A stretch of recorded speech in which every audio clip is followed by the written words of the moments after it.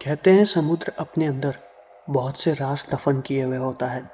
उसी तरह जंगल, काले घने अंधेरे जंगल भी अपने अंदर ऐसे कई राज दफनाए रहते हैं जिनके बारे में कभी किसी को पता नहीं चलता।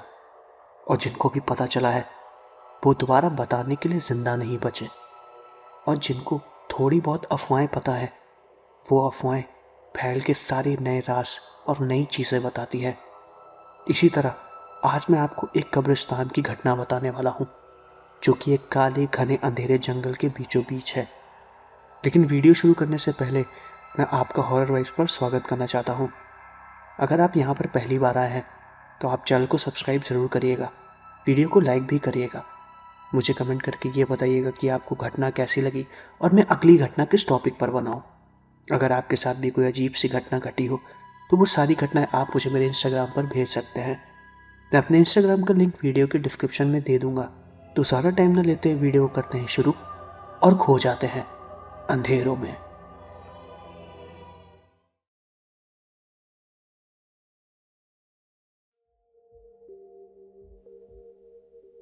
ये घटना जो मैं आपको बताने वाला हूँ ये हार्वी नाम के एक छोटे से बच्चे के साथ घटी है।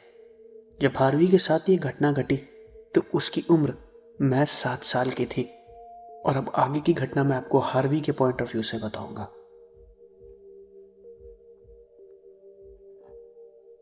मेरा नाम हार्वी है। इस घटना के बाद मैं काफी ज्यादा सहम गया था। भूत प्रेतों पे मेरा विश्वास और ज्यादा बढ़ गया था। 7 साल का था मैं जब मेरे साथ ये घटना घटी। आमतौर पे बचपन की काफी चीजें याद नहीं रहती हैं, लेकिन इस घटना का एक एक शब्द, एक एक दृश्य मेरी आंखों में बसा हुआ है और मैं इसको काफी डिटेल में बता सकता हूँ। ये जो मेरे साथ घटना घटी थी, इस घटना के बाद मैं कभी भी रात में अंधेरे में नहीं निकल पाया। और आज भी मुझे बहुत ज़्यादा डर लगता है जब मैं अंधेरे में रहता हूँ। मुझे ऐसा महसूस होता है कि वो लड़की मुझे अक्सर अंधेरे में देखा करती है। अंधेरा होते ही उसकी नज़रें मेरे ऊपर होती है। उसकी वो हंसी, बात करने का वो तरीका और वो बड़ी बड़ी लाल आंखें कभी कभी मुझे मेरे सपनों में दिखाई देती हैं। मेरे मॉम डैड ओस्लो में शिफ्ट हुए थे, नॉर्वे में ही। वो एक जगह थी, जंगलों से घिरी हुई, छोटा सा कस्बा था वो। उसके बीच में एक बहुत बड़ा स्कूल था। कहते थे कि वो स्कूल जल गया था और वो राख भी हो गया था क्योंकि वो पूरा लकड़ी का एक छोटा सा स्कूल बना हुआ था जहाँ पे छोटे बच्चों को पढ़ाया जाता था। उसमें आग क्यों लगी थी, कैसे क्या हुआ था, इसके बारे में किसी को ज़्यादा डिटेल नहीं पता थी। वो स्कूल जंगलों के बीच में बना हुआ था, आने जाने का रास्ता भी था, लोग वहाँ पर आया जाया भी करते थे। लेकिन स्कूल के ख़त्म हो जाने के बाद वहाँ पर कब्रिस्तान बना दिया गया। जो लोग वहाँ पर जले थे और कुछ लोग बचे भी थे, उनके जान वालों को वहीं पे ही ग्रेवयार्ड बना के दफना दिया गया था। फिर धीरे धीरे उस कब्रिस्तान का मेंटेनेंस भी होने लगा और फिर वो एक प्रॉपर कब्रिस्तान में बदल गया था। वहाँ पे लोगों का आना जाना अमूमन कम हो गया, जिसकी वजह से वहाँ पे और पेड़ पौधे निकल आए और वो कब्रिस्तान घने जंगलों से घिरता चला गया। जब मैं वहाँ पर गया था ये घटना उससे करीबन 20 साल पहले की थी। एग्जैक्ट डेट और डिटेल तो मुझे याद नहीं है और ना ही मुझे उस समय का कोई न्यूज़पेपर मिला, ना ही कोई ऐसा आर्टिकल जिसमें ये खबर छपी हो। ये मैंने बस लोगों के मुंह से ही सुना था। खैर, जब मेरे साथ ये घटना घटी तो मुझे उतनी समझ ही नहीं थी। मॉम डैड पहली बार ऑस्लो शिफ्ट हुए थे। सब कुछ एकदम नया था, उनके लिए भी और मेरे लिए भी। उस समय डैड के पास कोई जॉब नहीं थी। वो ऑस्लो एक छोटे से कस्बे में एक नई नौकरी के लिए आए थे। मॉम हाउसवाइफ थी और मैं पूरा दिन घर पे मॉम के साथ ही रहता था। मेरी एजुकेशन भी ढंग से नहीं चल रही थी और मैं खेला ही करता था। घर की आर्थिक परिस्थिति बहुत ज़्यादा खराब थी, लेकिन फिर भी मेरे मॉम डैड ने मुझे उसका कोई भी एहसास नहीं होने दिया। मैंने जो मांगा मुझे मिला। मुझे टाइम पे सारे खिलौने, कपड़े और खाने की वो सारी चीज़ें मिलती थी जो मुझे पसंद थी। जिस कब्रिस्तान में मेरे साथ ये घटना घटी थी वो मेरे घर से ज़्यादा दूरी पर नहीं था। एक सस्ता रेंटेड हाउस मेरे डैड को कस्बे के एकदम कोने में मिला था, जो कि जंगल से काफ़ी ज़्यादा जुड़ा हुआ था और वहीं पे ही हम लोग रहते थे। घर एक कमरे का था, काफ़ी ज़्यादा पुराना था, लेकिन हमें किसी तरह वहीं पर ही रहना था। मेरी एक छोटी सी साइकिल थी, उस साइकिल पे ही मैं हमेशा घूमा करता था और वहाँ पर रहते हुए हमें 2 महीने से ज़्यादा हो चुके थे। मॉम ने मुझे कहा था कि मैं कहीं बाहर ना जाया करूँ क्योंकि वो जगह सबके लिए नहीं थी और मॉम ये नहीं चाहती थी कि मैं किसी मुसीबत में पड़ जाऊँ। डैड वहीं पास के मार्केट में ही एक फिश शॉप में काम करते थे और मैं उनसे अक्सर अपनी साइकिल पे मिलने जाया करता था, लेकिन मेरे साथ मेरी मॉम भी जाया करती थी। एक दिन डैड को काम से बाहर जाना था। उनको अपने दुकान के मालिक के साथ मछलियों की कुछ डिलीवरी लेने के लिए शहर से बाहर जाना था। मॉम की तबीयत भी बहुत ज़्यादा ख़राब थी, लेकिन काम था इसलिए मजबूरन डैड को जाना पड़ा। हालांकि उनका जाने का बिल्कुल भी मन नहीं था, लेकिन पैसों की वजह से उनको एक जगह से दूसरी जगह अब ट्रैवल करना पड़ता था। मॉम उस समय दवाई खा के सो रही थी। रात का टाइम था। उन्होंने मेरे लिए डिनर तो बना दिया था, लेकिन मुझे भूख नहीं लगी थी, तो मैंने डिनर नहीं खाया था। मैं अक्सर रात में कभी कभी कमरे के बाहर निकल जाता था और इसके बारे में मॉम को नहीं बताता था। अपने घर के मेन डोर के सामने बैठ के बाहर की तरफ देखा करता था जब बर्फ़ पड़ती थी या फिर कोई ऐसी खूबसूरत चीज़ होती थी। लेकिन उस दिन मैं जल्दी सो गया था। मॉम भी सो रही थी। जैसा कि मैंने बताया कि मैंने डिनर नहीं किया था, इसलिए मुझे रात में भूख लगने लगी। मैं मॉम को डिस्टर्ब नहीं करना चाह रहा था। उनकी तबीयत वैसे ही ठीक नहीं थी। मैं खुद उठा और मैंने सोचा कि मैं किचन से जाके खाना निकाल के खुद ही खा लूँ। वैसे भी हमारा घर एक ही कमरे का था। किचन नीचे बना हुआ था। किचन के सामने मेन डोर और वहाँ से बाहर जाने का रास्ता। मैं किचन में गया और वहीं पे ही खाना निकालने की कोशिश करने लगा। किचन के पास एक बहुत बड़ी सी खिड़की थी जिससे बाहर का जंगल साफ साफ दिखाई देता था। डाइनिंग टेबल पे मॉम ने खाना रख दिया था और वो अभी भी वैसे का वैसा ही पड़ा हुआ था। मैं चुपचाप डाइनिंग टेबल पर बैठ के खा रहा था। मेरी पीठ किचन की खिड़की की तरफ थी और मैं आगे की तरफ देख रहा था। तभी खिड़की के कांच पर किसी ने नॉक किया।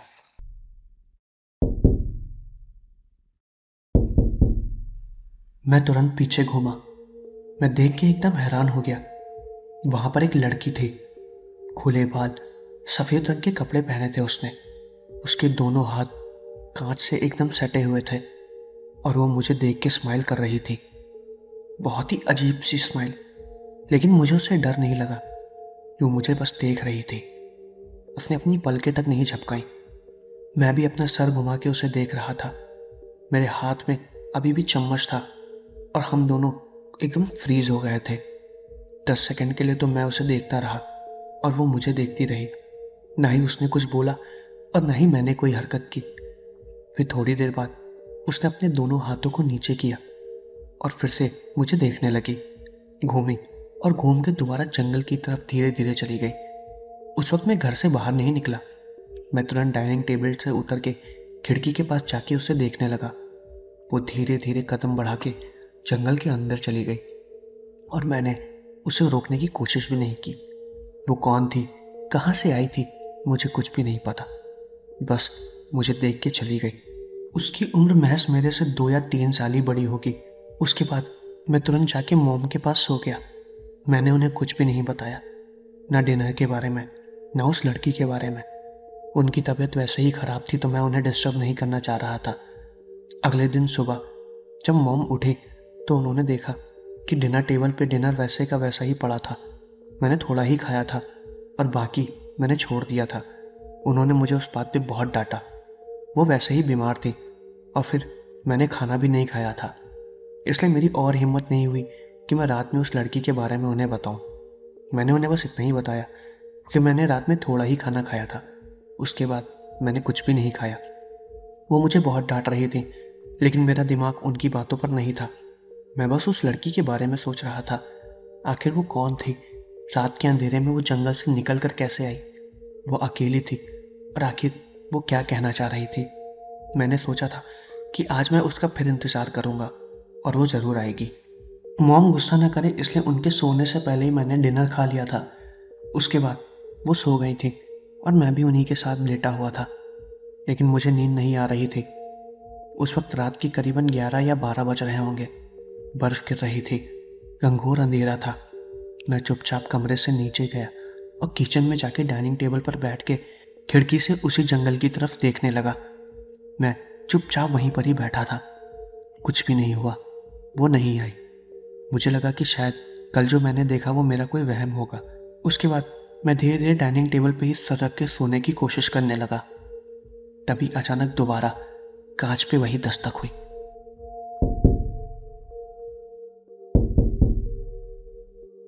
मैंने तुरंत अपनी आंखें खोली और पीछे की तरफ देखने लगा।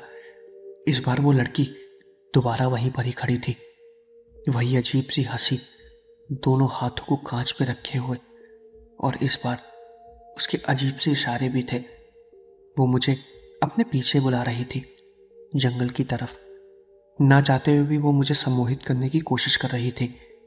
और पता नहीं क्या हुआ, मैंने घर का मेन दरवाज़ा खोला, अपनी साइकिल उठाई और उसी जंगल के रास्ते उसकी तरफ पीछे पीछे जाने लगा।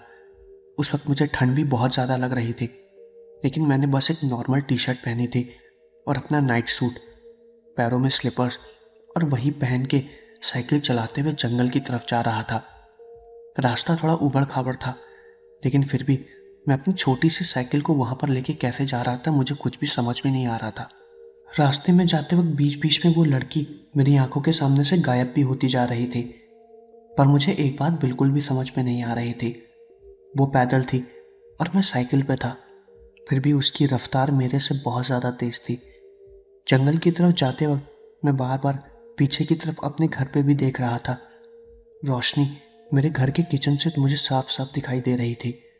मैं भी वहीं पर ही बैठा हुआ था, लेकिन धीरे धीरे मेरा घर मुझसे दूर होता जा रहा था और मैं जंगल के अंधेरे में जा रहा था। वो काला घना जंगल अंधेरे में डूबा हुआ था। इतने बड़े बड़े पेड़, इतने घने पेड़, चांद की रोशनी वहां तक नहीं पहुंच रही थी। लकड़ियों में मुझे कुछ भी दिखाई नहीं दे रहा था, रात के कीड़े मकोड़ों की आवाज। लेकिन अंधेरे में वो लड़की मुझे दिखाई दे रही थी। जैसे लग रहा था कि अंधेरे में वो चमक रही हो। वहीं पे खड़ी थी, हंस रही थी और मुझे इशारा करके अपनी तरफ बुला रही थी। और पता नहीं क्या हुआ, मैं भी धीरे धीरे उसी की तरफ जा रहा था। जब मैं थोड़ा और उसके आगे पहुंचा तो वो घना जंगल गायब हो रहा था। धीरे धीरे पेड़ कम हो रहे थे और मैं एक बड़ी सी दीवार के पास पहुंचा, जिसके बगल में एक टूटा सा गेट था। मैंने अपनी साइकिल उसी गेट के पास खड़ी की और उस गेट के दूसरी तरफ देखने लगा। वहां पर चांद की रोशनी साफ साफ पड़ रही थी और वो जगह मुझे साफ साफ दिखाई दे रही थी। वो एक कब्रिस्तान था, काफी बड़ा कब्रिस्तान, जहाँ की कब्रें काफी ज्यादा पुरानी थी। कुछ कब्रों पे तो घास फूस भी उगी हुई थी और वो एकदम जंगलों के बीचों बीच शांति से बना हुआ था। ऐसा लग रहा था कि कई लोग चुपचाप जंगल के बीच में शांति से सो रहे हैं और उनको इस दुनिया के बारे में कोई भी खबर नहीं है। मुझे सच में ऐसा महसूस हो रहा था कि वहां पर लोग अभी भी जिंदा हैं। लोगों की सोने की आवाज, सांस लेने की आवाज और धीरे धीरे बात करने की आवाज भी मुझे साफ साफ सुनाई दे रही थी। मुझे डर भी लग रहा था और साथ में यह भी महसूस हो रहा था कि मैं वहां पर अकेला नहीं हूं। डर तो मुझे तब लगना चालू हुआ जब मैंने उस लड़की को दोबारा देखा। वो लड़की मेरी आंखों के सामने थी, कब्रिस्तान के दूसरी तरफ, वहीं पर खड़ी थी, एक कब्र के पास। मैं धीरे धीरे उसकी तरफ जा रहा था और फिर ऐसा हादसा हुआ जिसको देख के मैं एकदम डर गया था। वो लड़की मेरी आंखों के सामने एक कब्र के अंदर चली गई। वो एक आत्मा थी, आर पार होके गायब हो गई। ये देख के मैं एकदम हैरान हो गया।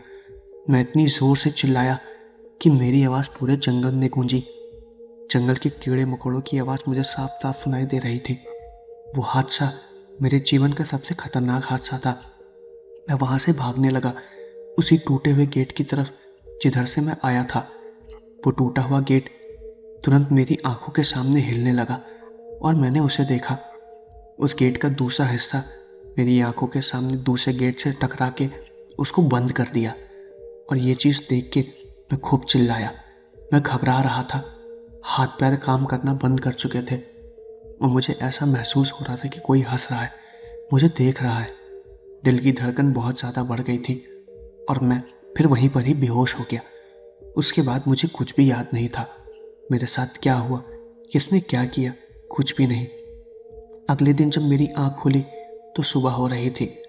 मैं अभी भी उसी कब्रिस्तान में पड़ा हुआ था। मैं बहुत ज्यादा डरा था, कुछ भी समझ में नहीं आ रहा था। जंगल के अंदर कोई जंगली जानवर ना आ जाए, इस बात का भी मुझे तब डर लग रहा था। रात में वहां पर आते वक्त मैंने कुछ भी नहीं सोचा, क्या हुआ क्या नहीं, कुछ भी नहीं।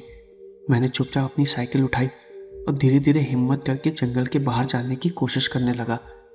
रात के अंधेरे में मैं किस रास्ते से आया था मुझे कुछ भी नहीं पता। मैं बहुत डरा हुआ था, रो भी रहा था और किसी तरह साइकिल को जंगल के बाहर ले जा रहा था। मेरी साइकिल के टायर के निशान बने हुए थे, जिसको देखते हुए मैं धीरे धीरे जंगल के बाहर जा रहा था। मैं दोबारा उसी अंधेरे में डूब गया जिस अंधेरे में मैं रात में डूबा था। सूरज की रोशनी भी अंदर बहुत ही ज्यादा मुश्किल से पहुंच रही थी। मैं साइकिल तो चला रहा था, लेकिन बस मुझे यही डर लग रहा था कि कोई जंगली जानवर मुझे ना देख ले। मैं उसी अंधेरे में डूबता हुआ बाहर निकल गया। थोड़ी रोशनी दिखाई दी, फिर मुझे वो जगह दिखाई दी जहां से मैं आया था। मैं लगातार साइकिल चलाता रहा और फिर मुझे मेरा घर दिखाई दिया। जब मैं अपने घर के पास पहुंचा तो वहां पर बहुत ज़्यादा भीड़ लगी हुई थी।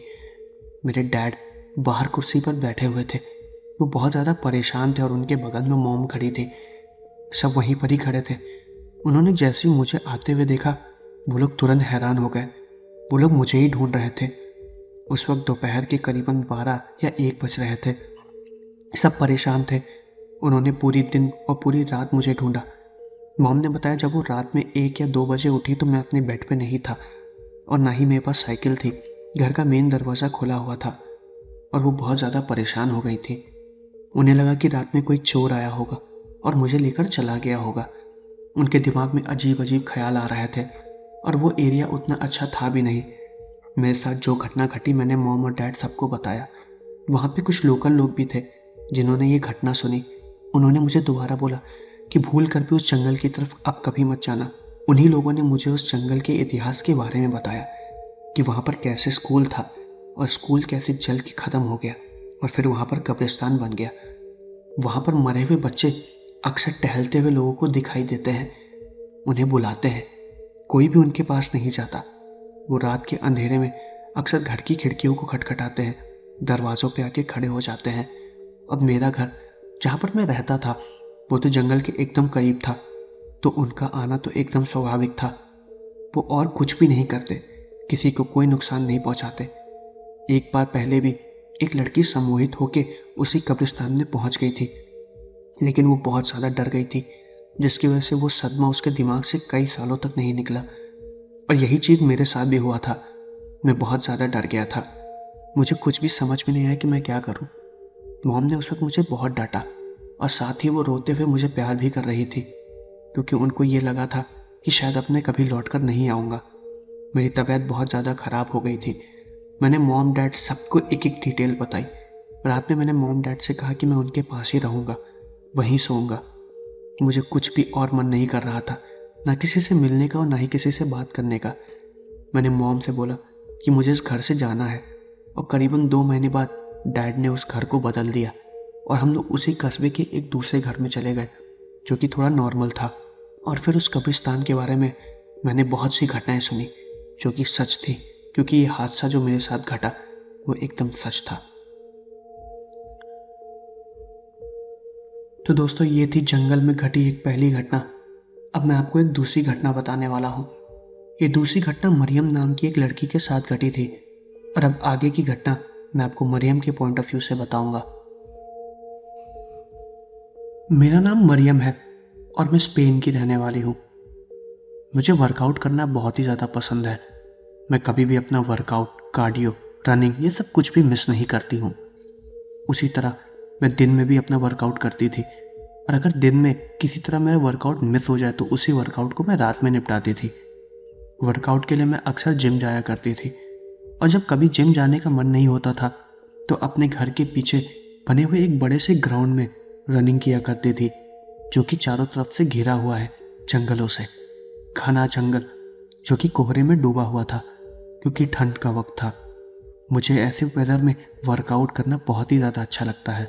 ऐसे ही एक बार मैं मॉर्निंग का वर्कआउट नहीं कर पाई, तो हमेशा की रूटीन के हिसाब से मैं रात में अपने घर के पीछे वाले ग्राउंड में गई थी। ठंड उस वक्त कुछ ज़्यादा थी, पूरा ग्राउंड धुंध से ढका हुआ था। करीबन 2 मीटर की दूरी भी ढंग से दिखाई नहीं दे रही थी, इतना ही धुंध थी। मैं उसी धुंध में वर्कआउट कर रही थी। ग्राउंड में रनिंग के लिए एक ट्रैक बना हुआ था। उसकी ट्रैक में अपने राउंड्स मार रही थी। तभी मुझे धुंध में से किसी आदमी की आवाज़ आई। वो मुझे बुला रहा था मदद के लिए।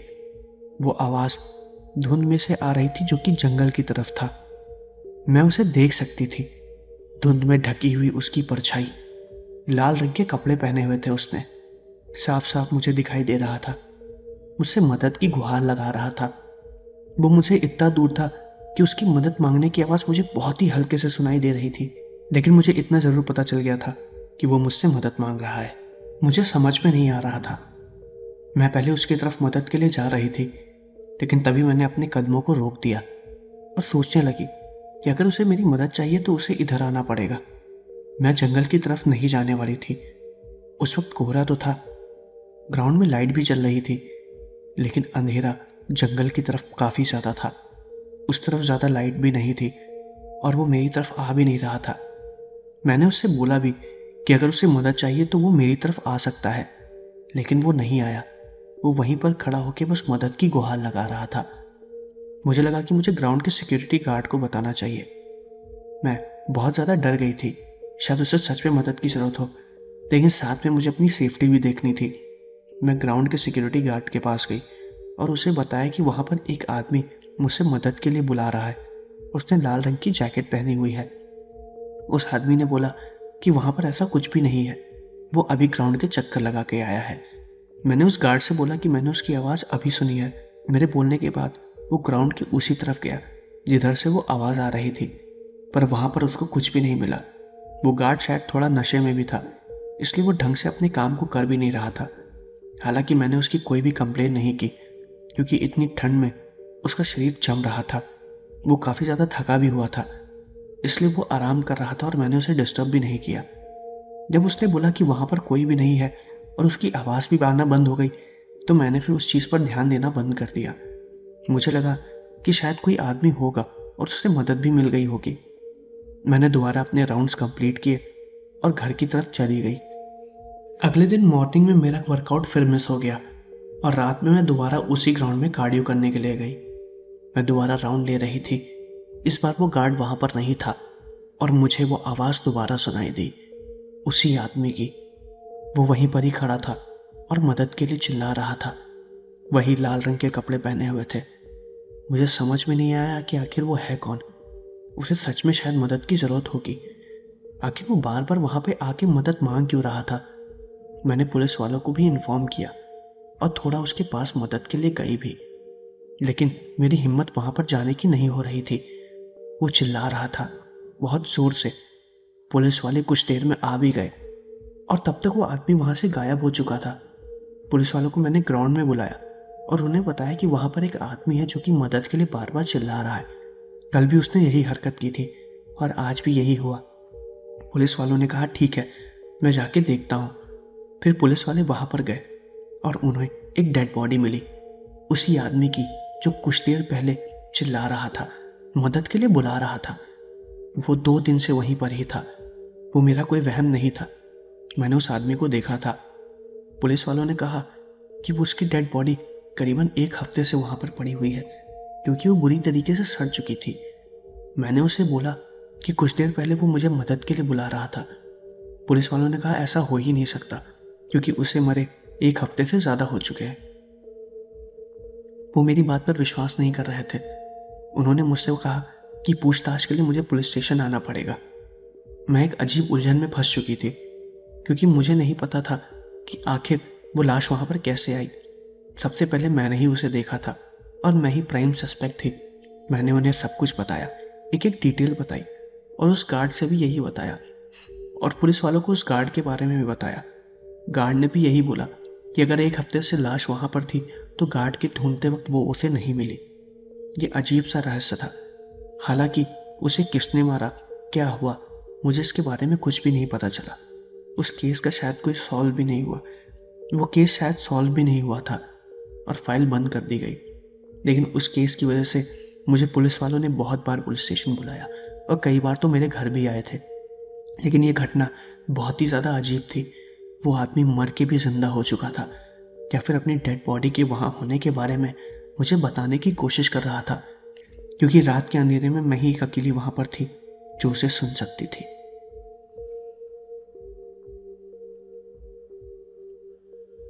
तो दोस्तों, ये थी 2 घटनाएं।